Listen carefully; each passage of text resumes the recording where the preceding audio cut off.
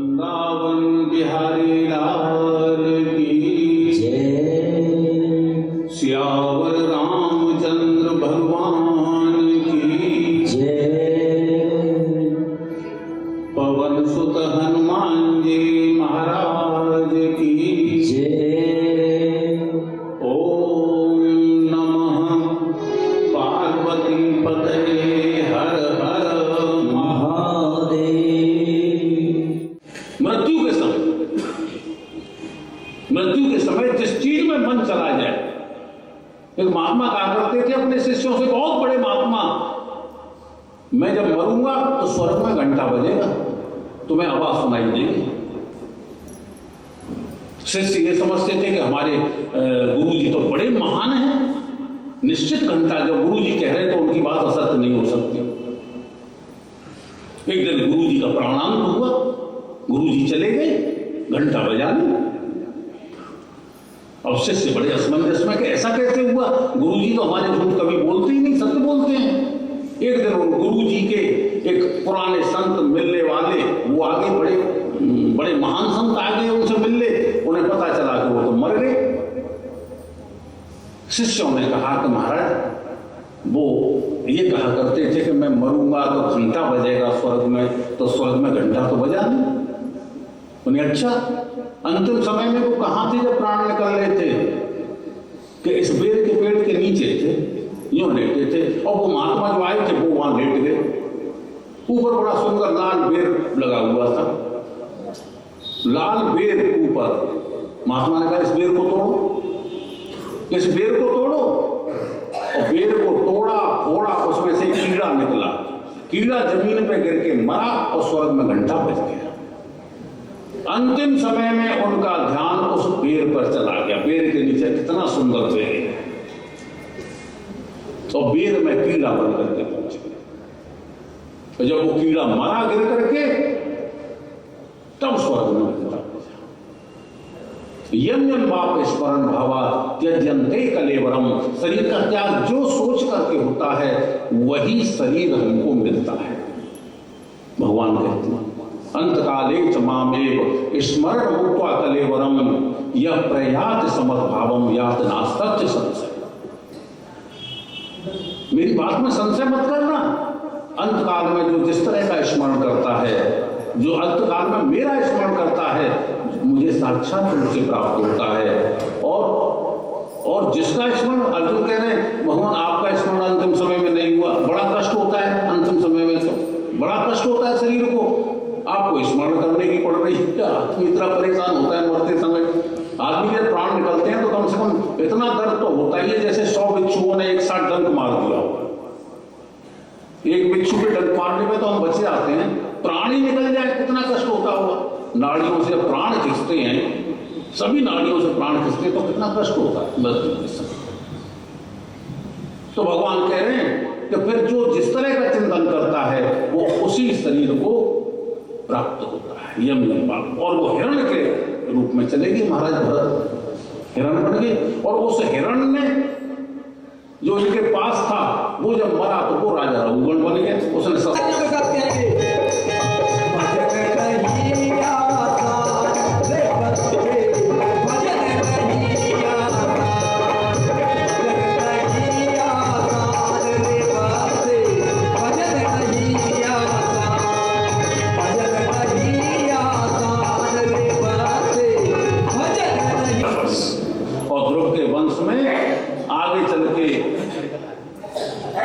अंग हुए। एक राजा, उन्होंने पुत्र के लिए यज्ञ कराया। राजा अंग हुए, पुत्र के लिए यज्ञ कराया।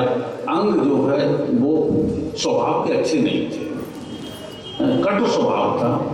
तो यज्ञ जो कराया तो ब्राह्मणों को धमकाया कि यज्ञ करो, अगर मेरे पुत्र नहीं हुआ तो मैं तुम सबको मार डालूंगा। उन ब्राह्मणों ने रोते रोते आहुतियां यज्ञ में, हे प्रभु इसका पुत्र पैदा हो गया।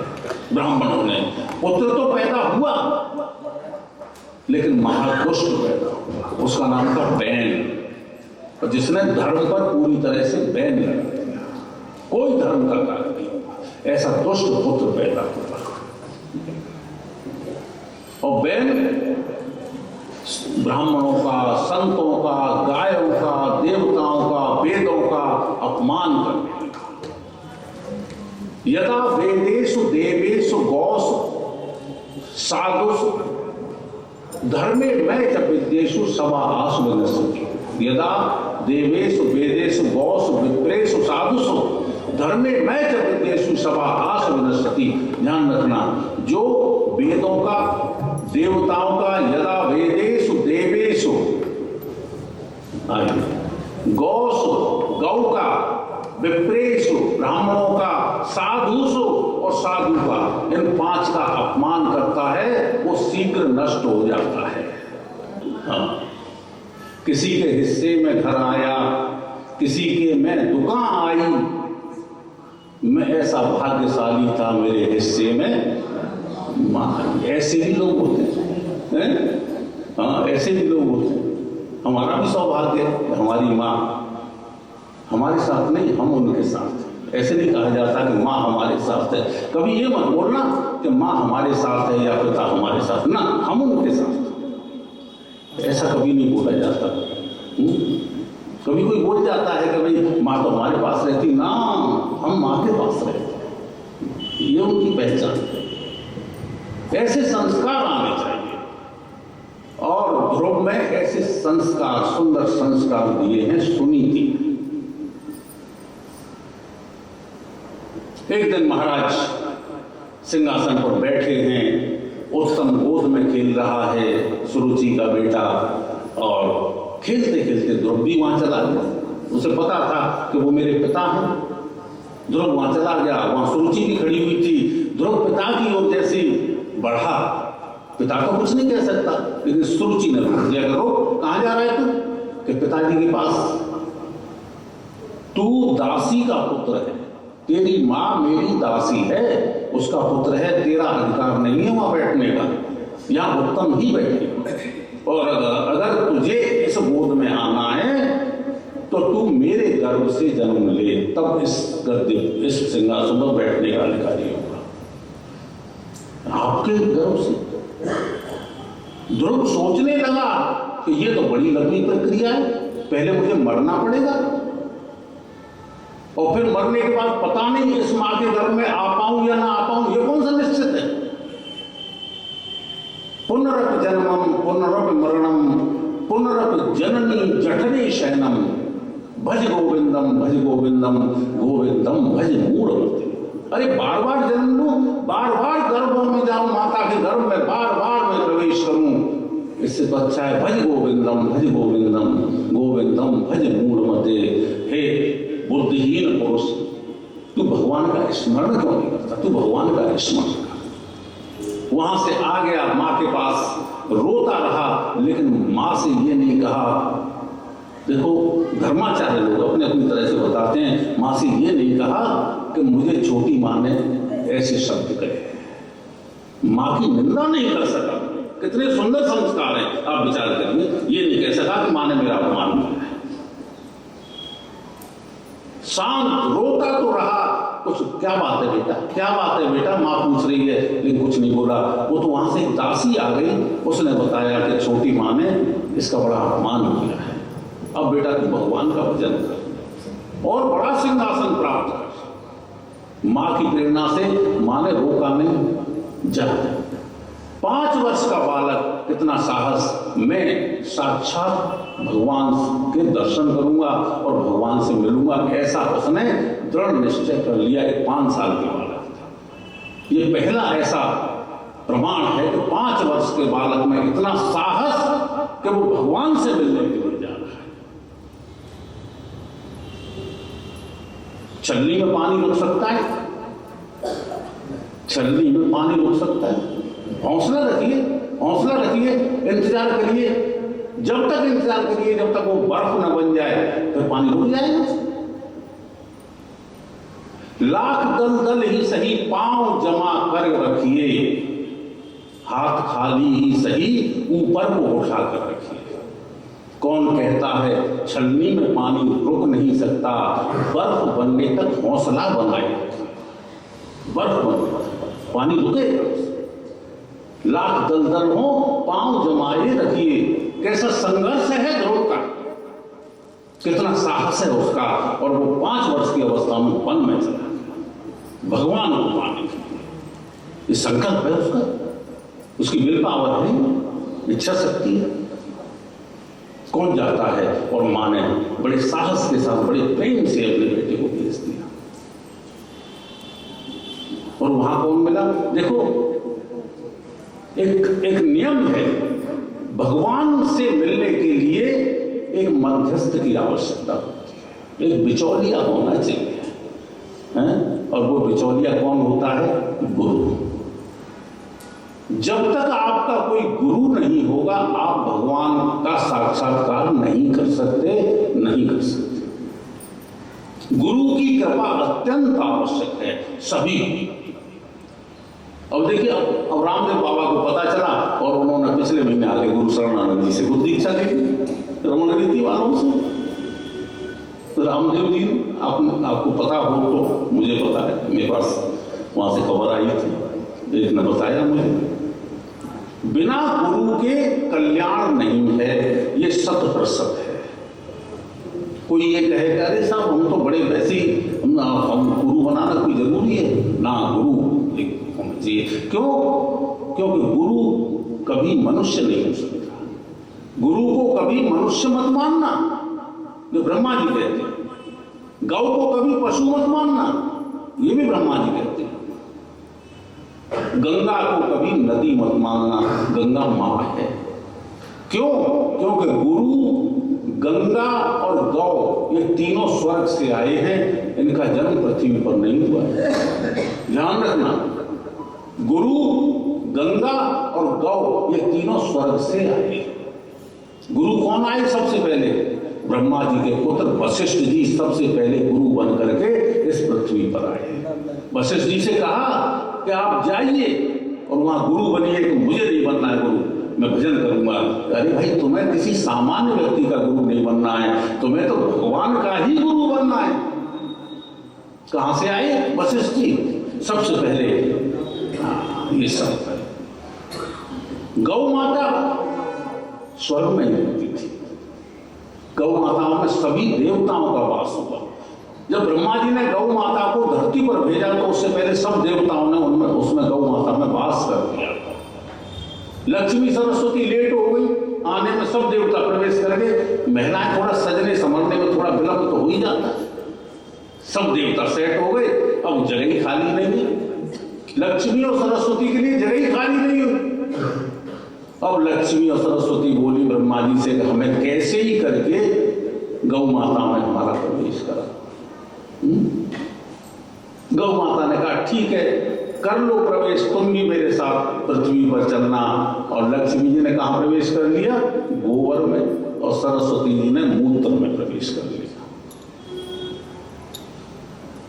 कहां से आई गौ माता? स्वर्ग से आई।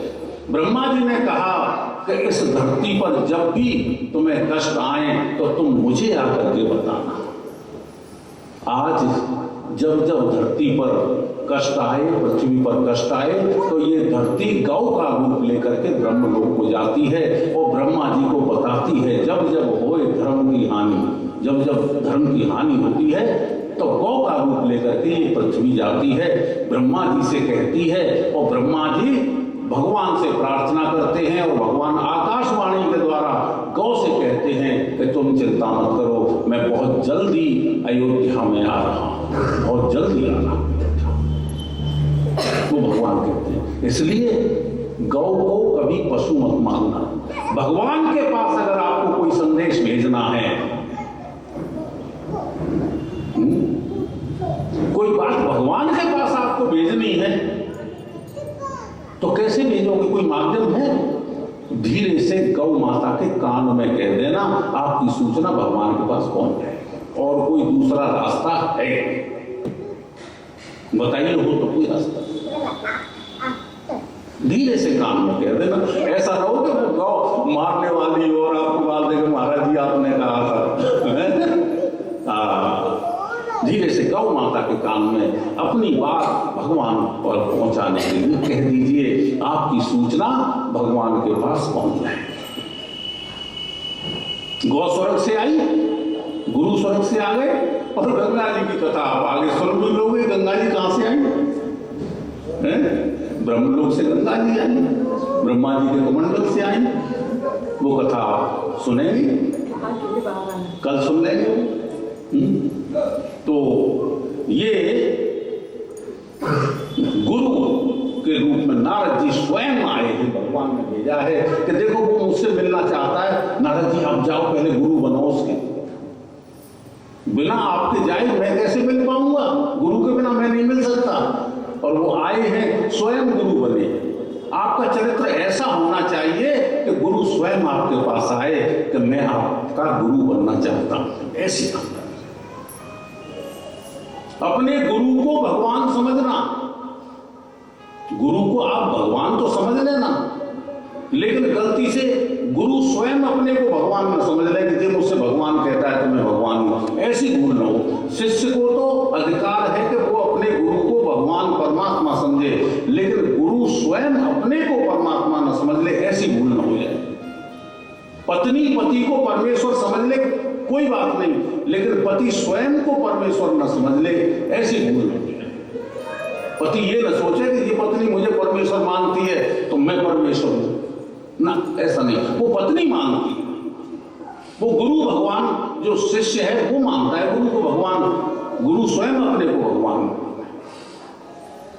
नारद जी ने बड़े प्रेम से उसको गोद में लेकर के मंत्र दे दिया, ओम नमो भगवते वासुदेवाय। द्वादशाक्षरी मंत्र का उसने जप किया, और ऐसा जप किया 5 महीने, 3 दिन भूखे रहना, 1 दिन फल खाना, और फिर अगले महीने 6 दिन भूखे रहना, 1 दिन पत्ते खाना, फिर अगले महीने 9 दिन भूखे रहना और 1 दिन जल पीना, चौथे महीने 12 दिन भूखे रहना और 1 दिन वायु का सेवन करना, केवल वायु का सेवन। और 5वां महीना जैसे ही लगा, 5वां महीना जैसे ही लगा तो प्राण अवरुद्ध हो गए। जैसे ही ध्रुव के प्राण अवरुद्ध हुए, पूरे देवलोक में देवताओं के प्राण अवरुद्ध, श्वास रुक गया सबका, हलचल मच गई, और भगवान वहां से दौड़े। अरे मेरा छोटा सा, मेरा नन्हा सा शिष्य मुझे याद कर रहा है। और जैसे ही भगवान सामने आए, ध्रुव हंसने लगा। और तो कुछ जानता है, ध्रुव और क्या जानता है?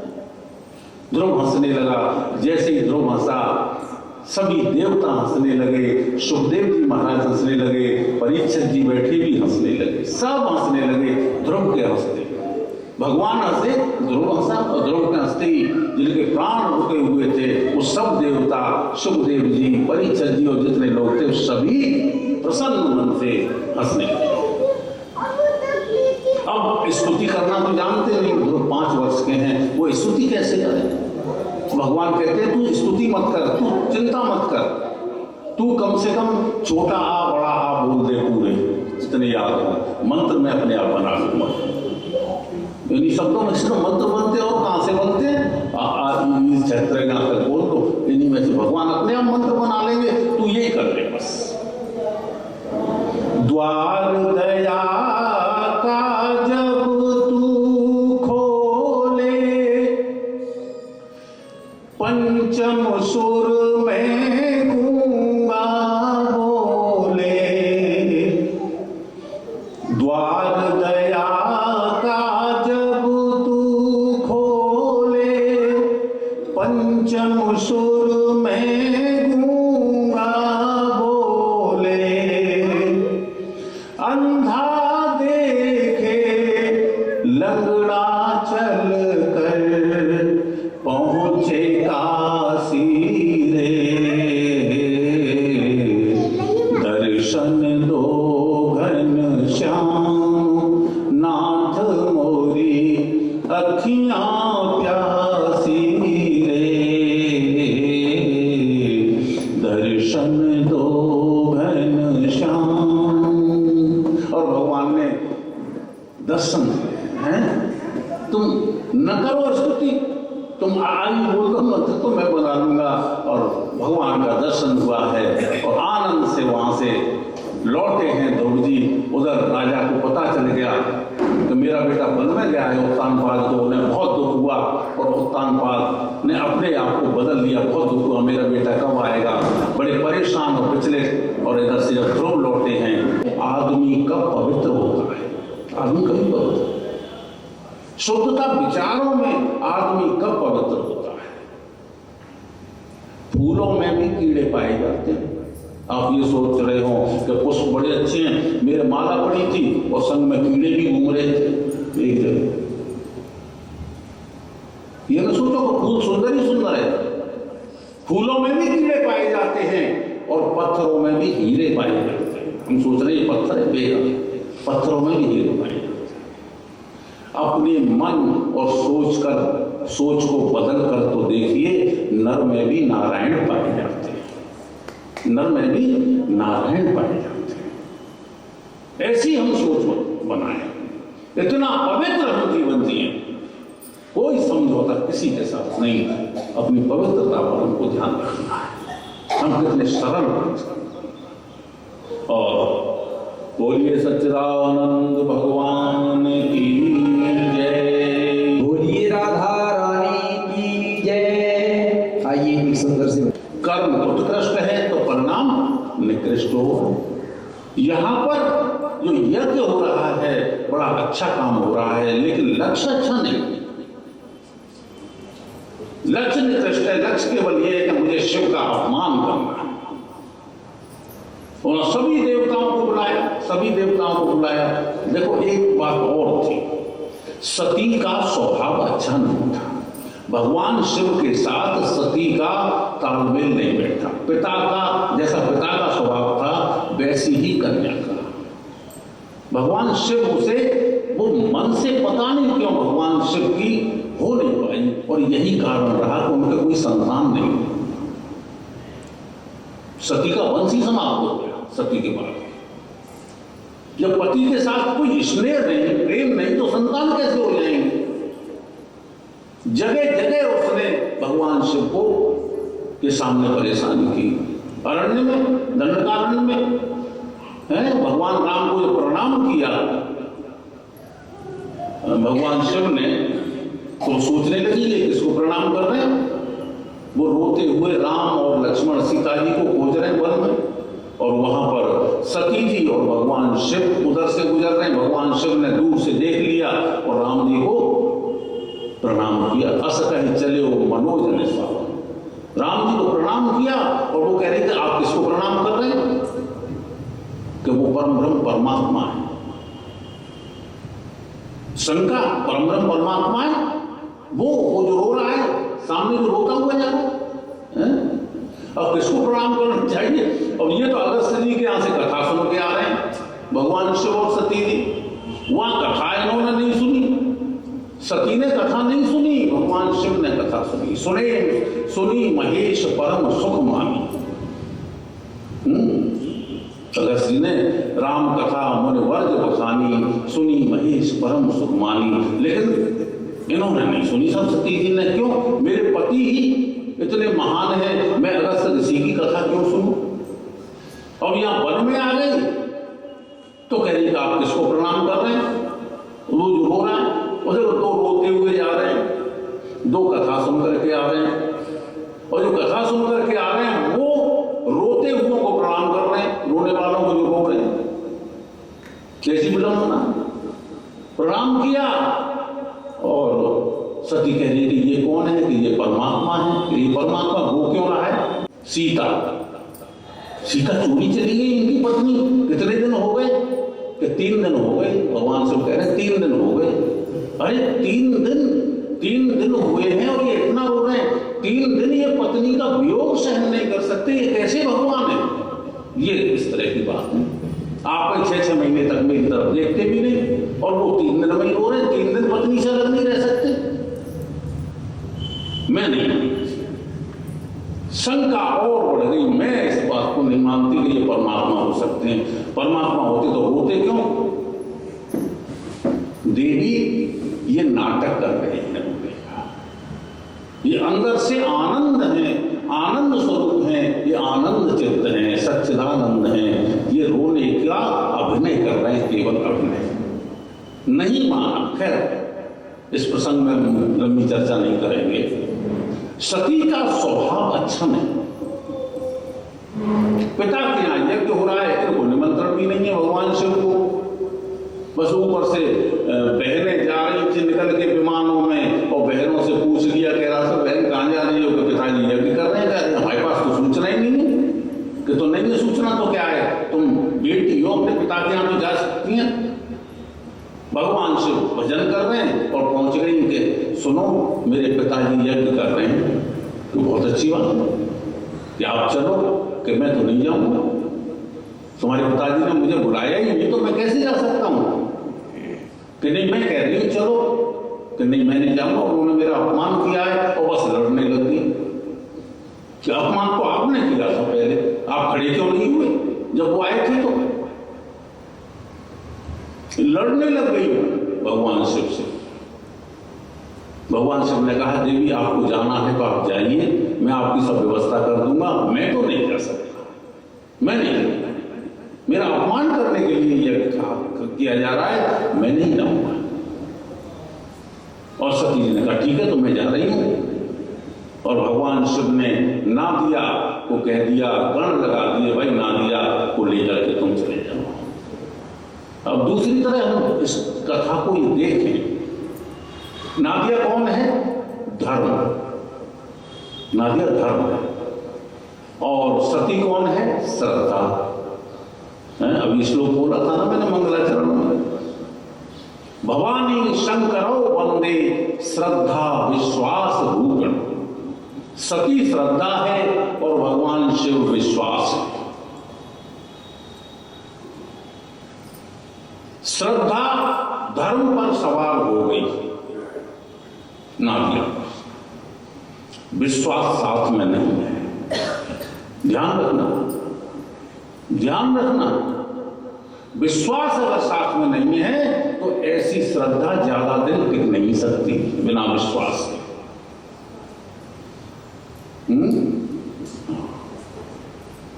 गणों को लेकर के और चली गई। कोई प्रेम से नहीं मिला माँ के अलावा। माँ है तो माँ को तो मिलना था, माँ गले मिली।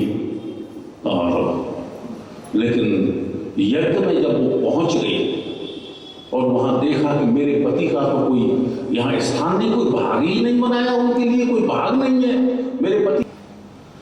पछताने लगी कि मैंने बहुत बड़ी भूल कर दी यहाँ आकर के, मुझे यहाँ नहीं आना चाहिए था। रोने लगी और अपने पिता से बहस करने लग गई। हो आपने जो मेरे पति का बड़ा अपमान किया है, आपने उनका भाग भी नहीं रखा यज्ञ में, तो मैं उसकी शकल नहीं देखना चाहता। दक्षिण का मैं तो उसकी शकल सूरत भी नहीं देखना चाहता, उस दुष्ट की पति के लिए ये सब कब तक सहन करेगी? कोई स्त्री कैसी भी हो, कहीं ना कहीं वो पति भाव उसके भीतर आता है। और उसने देखो ऐसा यज्ञ महात्मा लोग ये कहते हैं कि कनखल में जो दक्ष ने यज्ञ किया, ऐसा यज्ञ धरती पर कोई दूसरा हुआ है। इस यज्ञ में पार्वती की तो आहुति, सती की तो आहुति लग गई और महाराज दक्ष के सिर की पूर्ण आहुति लग गई। ये नारियल जो बाद में जो पूर्ण आहुति है, ये दक्ष के सिर की तो आहुति है। पूर्णमदम पूर्णमिदम पूर्णात पूर्णमुदच्यते, ये क्या है? हाँ, पूर्ण माता शिष्यते, ये पूर्ण आहुति दक्ष के सिर की लग गई इस यज्ञ में। और योग अग्नि में उसने अपने को भस्म कर दिया। सती जैसे भस्म किया तो तुरंत गण दौड़े हुए गए भगवान शिव के पास और भगवान शिव को बताया। भगवान शिव को बड़ा क्रोध आया। उन्होंने अपनी जटाओं से वीरभद्र को पैदा किया, जटा उखाड़ कर फेंकी, वीरभद्र पैदा हुआ और कहा कि जाओ यज्ञ को विध्वंस कर दो। गण पहुंच गए, वीरभद्र ने सब यज्ञ समाप्त कर दिया और दक्ष का सिर काट दिया। सब यज्ञ, और ब्रह्मा जी और सभी देवता वहां पर उपस्थित थे। वो भगवान शिव को मना करके लाए, अन्वय विनय किया, उनको लेकर के आए। तब भगवान शिव तो बहुत भोले हैं, उनको क्रोध आता है ना, कभी शायद महात्माओं का, साधु संतों का क्रोध जो होता है वो जल में लकीर जैसे कहा जाता है। कभी उनको क्रोध आ जाए तो जैसे जल में लकीर खींची और पीछे से मिटती चली गई। कुछ लोगों का क्रोध होता है वो रेत में लकीर जैसा, कुछ दिन में मिट जाएगी। और कुछ का क्रोध होता है वो कैसा होता है, पत्थर में लकीर जैसा।